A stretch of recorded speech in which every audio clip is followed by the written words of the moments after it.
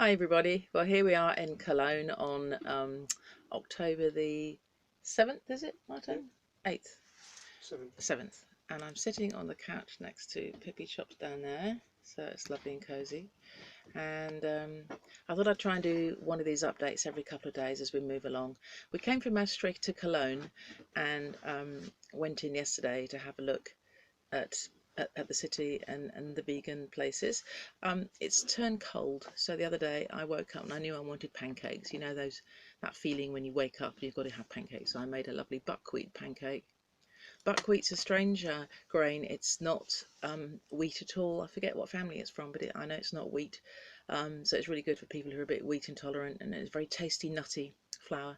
And you can mix that up and make pancakes. That was gorgeous, and I had fruits of the forest with it.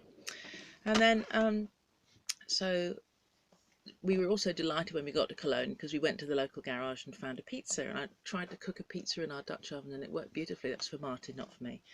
It's because it's about time he had a treat. And we've been sprouting up our mung beans actually just in the jar, mainly because we've lost the sprouter. In a van you lose things so easily, it's unbelievable, and we've lost that sprouting box I showed you. We know it's here somewhere, but we made very nice ones, and here they are. And I had them raw with some green beans and a dressing, which was lovely. Talking about losing things, I lost my phone the other day, and we had to literally empty the whole van. It was the worst ever. And then it turned out that I'd left it on a little bench outside. And then yesterday we lost our washing up liquid, which was really serious. But finally we found that as well. That's all a bit boring, isn't it? Things we've lost. When we got to the vegan cafe, I had this lovely avocado tart, which I've never had before, and I really plan on making that. And that was called, the cafe was called the Cafe Schnurrk, and I believe it's on the Happy Cow app on the laptop, but it wasn't on my phone. We just happened to find it. A lovely cozy little place doing quiches and salads and some lovely cakes. A really small place though. And he did tell me about this cafe Kollectif Fatsch, which that night was having a special Japanese vegan meal that sounded lovely.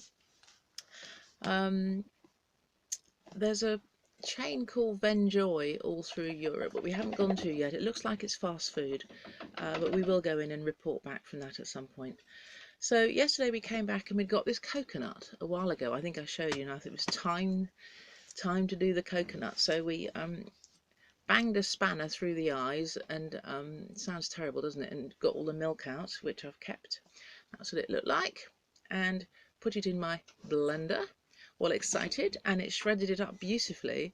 But I was trying to make coconut butter, and I blended and blended and blended and blended. It just didn't work. Put some coconut oil in, so I think you can't really make coconut butter with a NutriBullet, which is something worth knowing, isn't it? But what I did make, and I was delighted about, was baba ganoush. I got my aubergine and punctured it in a few places, roasted it, steam roasted it in our Dutch oven, and then blended it all up with tamari, lemon, spices, and the jug there has got the baba ganoush. The reason that it's yellow is because there was already some pumpkin puree in there, and I thought, well, we'll have pumpkin baba ganoush. It was gorgeous. And the reason there was pumpkin puree in there was because I made pumpkin flatbreads, which are those breads you see on the red plate, and they were really lovely. And we had that along with the homemade hummus I made the other day, the baba ganoush, the warm rosemary pumpkin flatbreads, which are so easy to make, and a soup which we had from before from the freezer. So then what did I do with all my coconuts? Well, I was a little bit naffed off that all I had was desiccated coconuts, but in the end I blended a lot of it up with some cacao and of course frozen banana. I thought, well, I'll make a dessert. I was going to make that one that Felicity suggested of sliced bananas, some coconut stuff on top and chocolate, but in the end I just blended the whole lot together, and I made these lovely little cocoa ices, which has got dates, frozen bananas, shredded coconut, and a little bit of maple syrup, not very much. And I think that's all.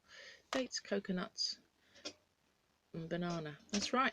So I smashed it up and had it for breakfast today, along with my homemade granola. And rather a funky juice I made this morning, which actually Martin has refused to have, and I do understand why. It's because I could put the pomegranate through it, and that makes it very, very bitter. So I straight away Googled, can you can you juice a pomegranate? And the truth is you can, and the seeds aren't bad for you. They're actually quite good for you. So although it's bitter, it's quite good for you. So I've had to keep that, and I'm going to have to sneak it in a soup at some point. So that's about where we are on the vegan front. We're leaving Cologne now to head off to a rural area again.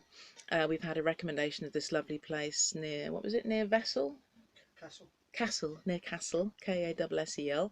There probably won't be much on the vegan front there, but we shall see. So I'll catch up with you soon. Bye.